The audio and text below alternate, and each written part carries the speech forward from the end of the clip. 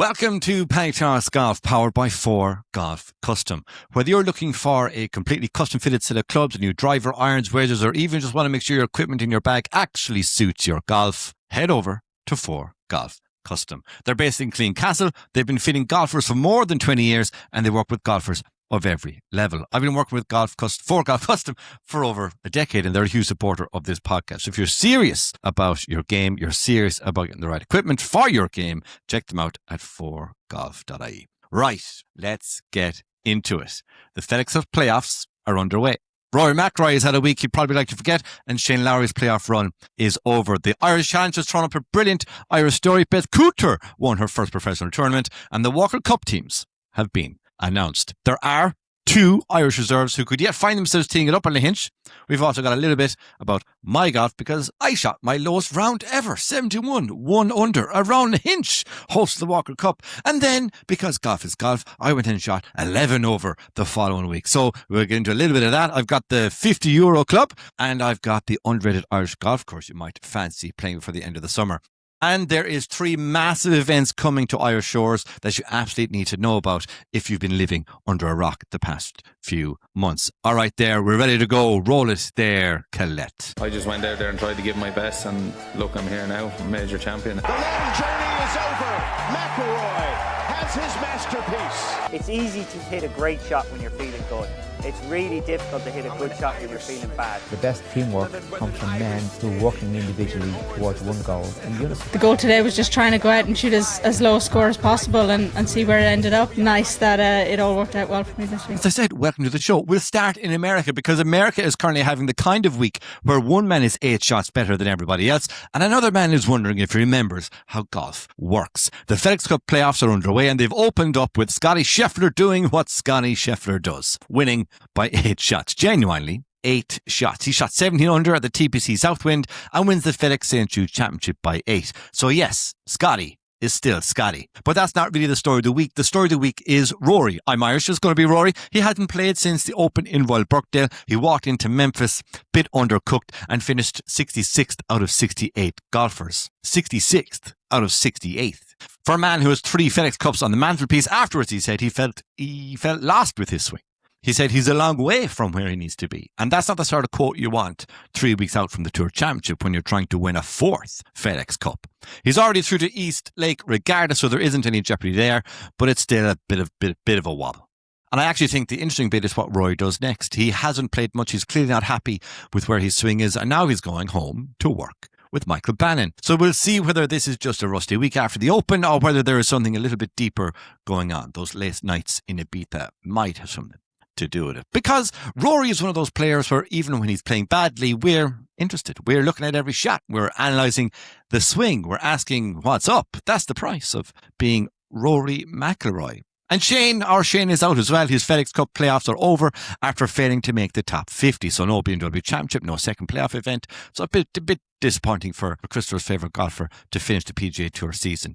But from an Irish perspective, it actually makes the next few weeks more interesting maybe because now we're moving towards the Amgen Irish Open. Shane will be there, Rory will be there. I think Tom McKibben will be there. And we've got Irish players fighting their way into the field, which brings us nicely to a friend of the podcast, Mark Power.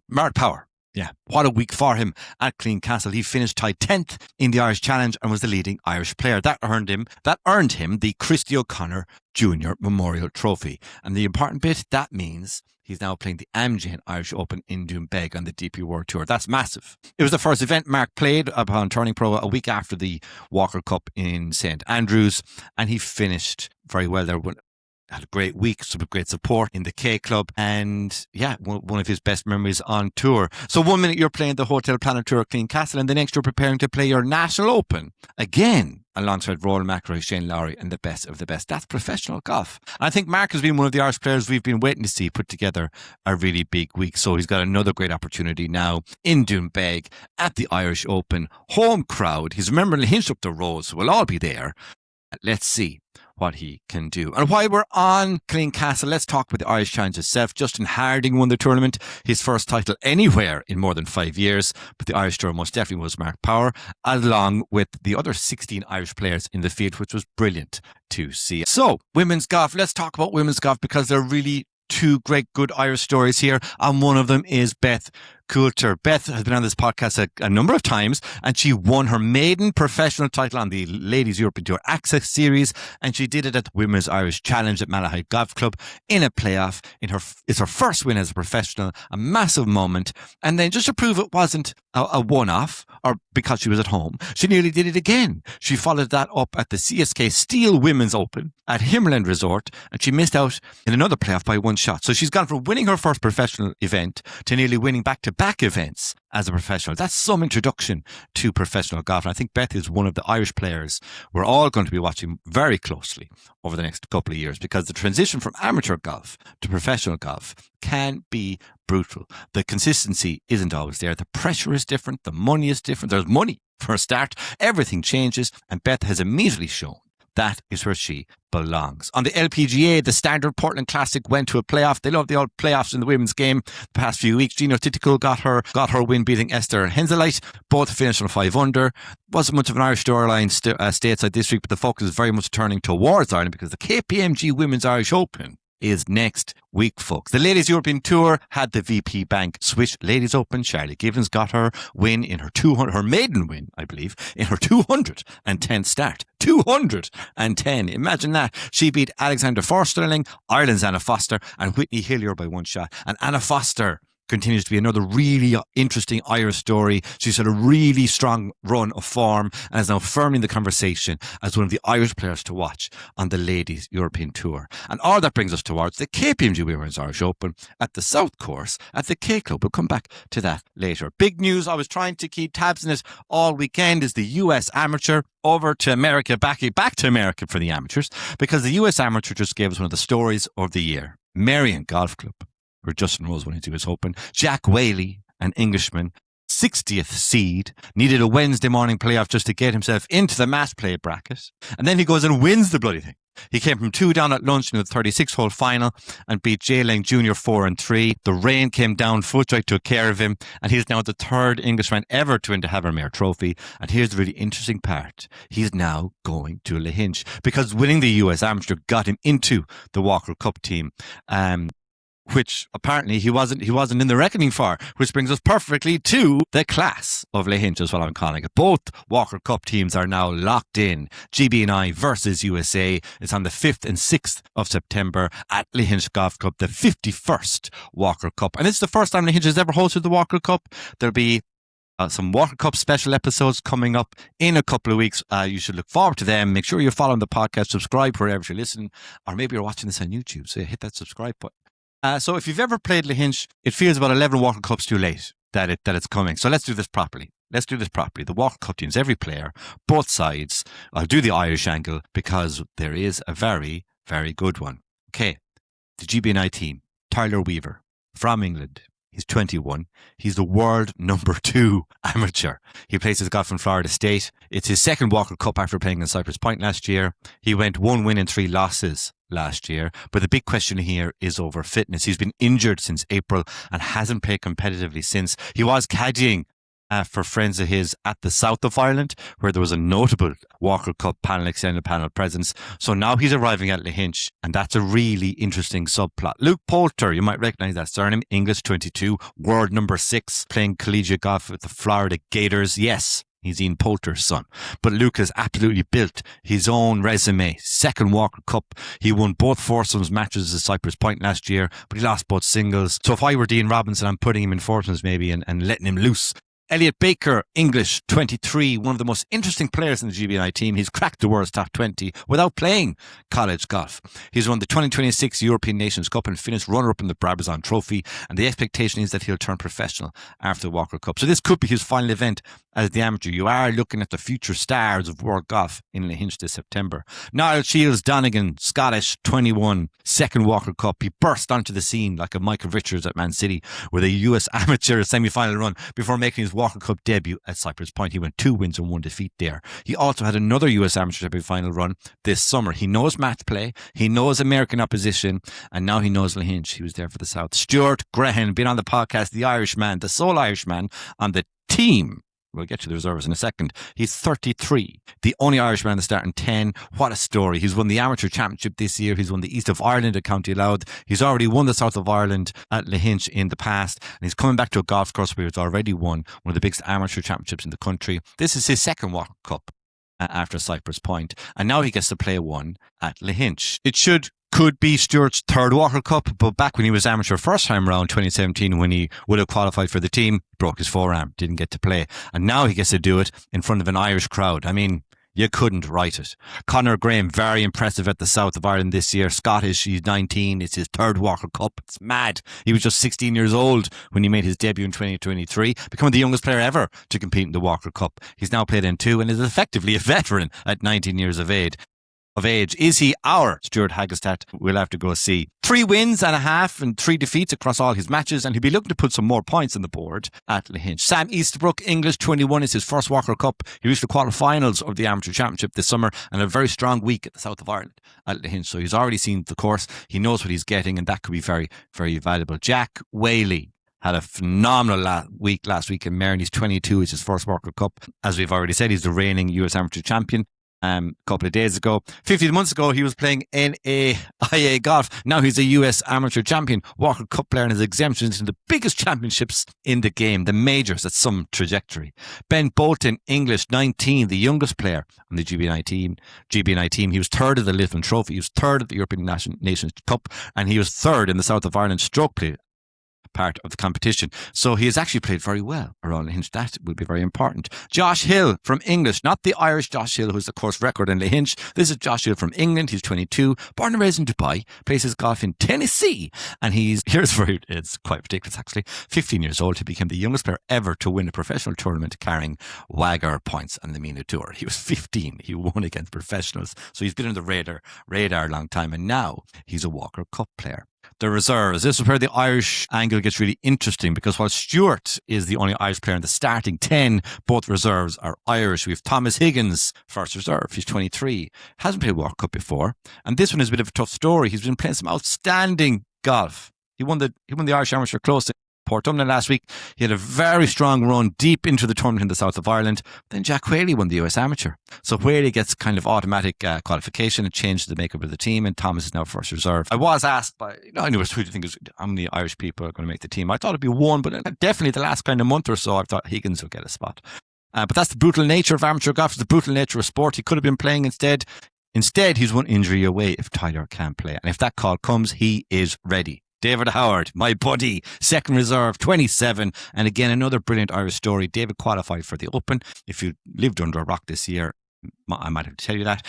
Qualified for the Open at Royal Birkdale. He was runner-up at the Irishman's Amateur Open. He reached the semi-finals of the South of Ireland at Lahinch. So he's had a huge year. And now he's second reserve for a Walker Cup being played on the golf course where he made a deep run this summer. So if you're an Irish golf fan going to Lahinch, if you're from Cork, keep an eye on especially David Howard's name. But yeah, Thomas Higgins, David Howard, because you just never know. You never know what happens. The USA, the Yanks, let's have a look. Buckle in, because this team is ridiculous. Preston Stout, 22, world number 1 amateur, second Walker Cup, already winner of the Cup of Cypress Point, reigning NCAA Division 1 individual champion, 2-time Big 12 champion, biggest headline on the American side. Tyler Watts, 18, first Walker Cup, youngest ever winner of the Northeast Amateur, won by 5 shots, world number 3, and he's only 18. Miles Russell, the phenom, the golf sicko, 17, left-hander. It's his first Walker Cup. He's the world number 1 junior, 2-time AJGA Player of the Year, Junior PGA Championship winner, walking onto the first tee of the Lahinch in a Walker Cup. Absolutely mental. William Jennings, 20, first Walker Cup, runner-up in this year's NCAA Stroke Play, plays for Alabama, and a very good college resume, and another player who's been consistently around the top of amateur golf. Josiah Gilbert, 22, from plays his golf in Auburn, 2-time NCAA Division 1 team champion, third individually at the NCAA Championship this year. It's his first Walker Cup, another serious baller. Ryder Cowan, 21, first Walker Cup, low amateur at this year's US Open, shared it with Jackson Coyvin at Shinnecock, tied 23rd Tied 23rd against the world's best professionals in a major championship. Serious golf. Ethan Fang, might remember him, beat Gavin Tiernan in last year's amateur championship. He's 21, it's his second Walker Cup. Yeah, won that amateur championship in 2025 at Royal St. George's. Helped Oklahoma State win the NCAA championship. He's already been there. He's already won and already knows what this type of pressure feels like. Kihei Akina, 20, first Walker Cup, 2 college wins this year. Freshman All-American. And he's already made a PGA Tour cut. Another young American who has no fear. Jayleng Ju, 20, first Walker Cup Western Am champion, which is like the second biggest amateur championship after the amateur, the US amateur in the States. And of course, he's the man who lost the US amateur final to Jack Whaley. Imagine that, lose the US amateur final on a Sunday, get told you're going to Lahinch on a Tuesday. Not a bad consolation prize. And the fella I've met him at Ridgewood at the US amateur, Stuart Hagestad, 35, giving hope to us all. 6th Walker Cup. Will there be 7, 8, 9, 2026? It will be his 6th one, 3rd time US Mid-Am champion, low amateur at the Masters. He's experienced everything. He's definitely the most experienced head in the team when it comes to playing on course. Honestly, he could probably qualify as the captain at this stage. So there you have it. 10 aside. GB&I trying to win it for the first time since 2015. USA have won the last 5. GB&I have home advantage. Lahinch, Links Golf. We're all playing for wind and a great crowd. We've 1 Irishman in the team and we've 2 Irish reserves. I can't. And we can't. Lahinch can't. Clare can't. Ireland can't. Wait for this. Let's talk about me. I've earned it, I think, because I shot my lowest round ever on August Bank Holiday Monday. 1 under par, 71 strokes, 24 putts around Lahinch, my personal best. And what worked? The flat stick, the LAB, the lie angle balance is out and the Scotty Triple Black Phantom is in. I spent 5 hours putting after I shot 11 over or something, 10, 11 over, 28 points on the Saturday. Spent 3 hours on the putting green, spent 3 more on the Sunday with falling back in love with my Scotty. Went out and shot 71 on the Monday. It was the flat stick was absolutely flying. But I think the bigger difference was my strategy. Aggressive swings, but it's smart targets. And I think that's an important distinction. Aggressive swing, but at a smart target. I wasn't trying to steer the ball around the course, which I've spoken before as a fault, a flaw of mine. I wasn't playing defensively.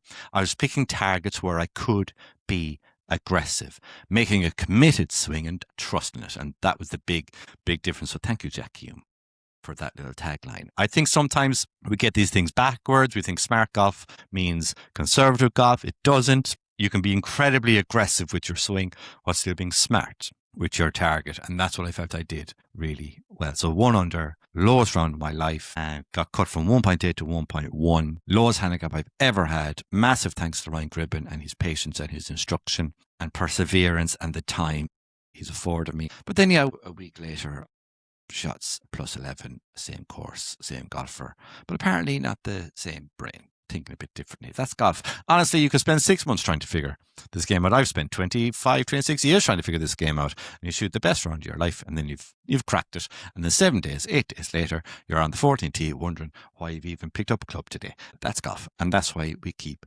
coming back. The €50 club. Right, we're going to find out. I'm going to find you a course every week where you can get out around 50 quid. Might be 45, might be 55, might be 61, but around 50 quid. So it's not just cheap golf. I'm looking for good golf. I'm looking for good value, of course, that you actually want to play, would take a trip to play, an hour, 2 hours, and have a great round. So €50 club this week is Sea Point Golf Links, Termon, Feckin, Stuart Grehan Country, County Louth, Proper Links Golf. And you can get out there for around 40 quid midweek. I think it's 45, about 35 minutes from Dublin Airport. It's tournament tested. It's hosted the Flowgas Irish Men's Amateur Open. Patrick Keeling won that. He was on the podcast. It's hosted the OFX Irish Legends. And you've got that brilliant closing stretch around the coast for around, maybe just under 50 quid. Not bargain basement golf, good golf, sensible money, Sea Point. Put it on the list. Underrated golf course this week. This one is not necessarily a hidden gem, because I hate that term. I've come up with underrated golf course. It's the golf course I think deserves more love. It has a lot of love, but I think a lot more people need to go play it and fall in love with it. It's County Louth Golf Club, Baltray, one of the great Irish links, hosted Irish Open, where Shane Lowry won as an amateur. It's produced countless great amateur golfers, and yet I still think it doesn't get the same attention internationally as some of the obvious names, the Ballybunions, the Lahinch, the Portmarnocks, the Royal County Downs, Port Rushes. But Baltray deserves to be in that conversation. It's a proper strategic links. You need to position the ball. You need to understand the wind. You need to be precise. You need to have aggressive swings at smart targets, and you just can't smash drive everywhere and hope for the best. It's one of those courses where the better you get at golf, the more you appreciate it. And I've got a particularly soft spot for it. So if you've never played County Louth, go. And if you have played it, you know exactly what I'm talking about. Circle the date, folks. Circle the date. 3 events all coming up in Ireland, all worth getting yourself to for at least a day. If not, make it like a little staycation, 2-3 day trip. KPMG Women's Irish Open, 27th to the 30th of August. The K Club, it's on the Palmer South course. That's next week. Start the work from home days. The KPMG Women's Irish Open is coming to the K Club, and there's a really strong field. Jalial, Leona Maguire, Lottie Wood, who's won it. You've Lauren Walsh, Sarah Byrne, Anya Donegan, Olivia Mahaffey, and loads more. Anna Foster. Tickets are available through the official KPMG Women's Irish Open website. Under 16s get free entry. So if the kids are going back to school, write to the principal, tell you you'll organise the bus, you'll organise the tickets, get them on the bus, get them to the golf. So if you've got kids who are interested in golf, not interested, have never seen it before, this is a brilliant event to bring them to. So family focused. Thursday will be the best day, because I have it on good on good knowledge. That's the best day. The hospitality and the tented village will be absolutely heaving with activities to bring the kids to on the Thursday.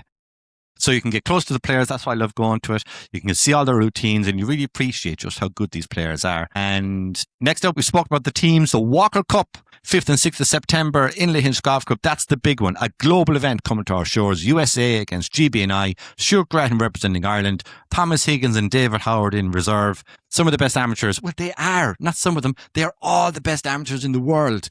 And Lahinch hosting the Walker Cup for the first time. If you're anywhere near Lahinch, or you have a couple of days off, it's a weekend. There's golf all day Saturday from 8 a.m. to kind of 7 p.m. both days. There are weekend tickets available, and there are single day tickets available. Again, under 16s go free with a paying adult. If you want to get to watch the best amateurs in the world and the future major winners in the golf game playing one of Ireland's best links, it doesn't get much better. Tickets are on the R&A website, and there'll be a link in the show notes below. And the week after is the Amgen Irish Open, 10th to 13th of September at Trump International Golf Links in Newbeg. We are heading west again, or you can stay down west. Rory McIlroy is defending champion. Shane Lowry will be there. Harrington will be there. I hope Seamus Power will be there. Tom McGibbon and Mark Power will now be there. A whole host of European stars will be there.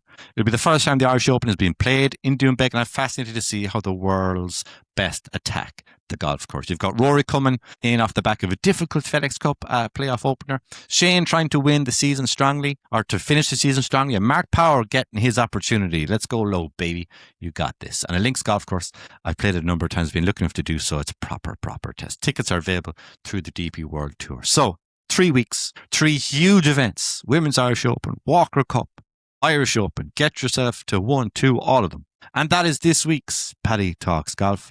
We've had the news, the Clubhouse Reporter might call it, the Castle Hinge, the Walker Cup is coming, a bit on my golf, the €50 Club, Underrated Golf Club, and Circle the Dates. So lots going on in Irish golf over the next month. And I genuinely think this is one of the best periods of the year to be a golf fan in Ireland. Walker Cup coming to Lahinch, KPMG Women's Irish Open at the K Club, and the Irish Open at Doonbeg. I'll be at all 3. So maybe I'll see you at one of them. Introduce yourself. Let's have a coffee. Let's have a chat. And let's take a selfie. And if you're heading to the Walker Cup, I'll definitely see you there. So thanks for listening. Share the show with your family and friends. Pop it in your WhatsApp groups. Hit follow on the old Instagram at PaddyTalks Golf. Until we teed up again soon, I'm Pat.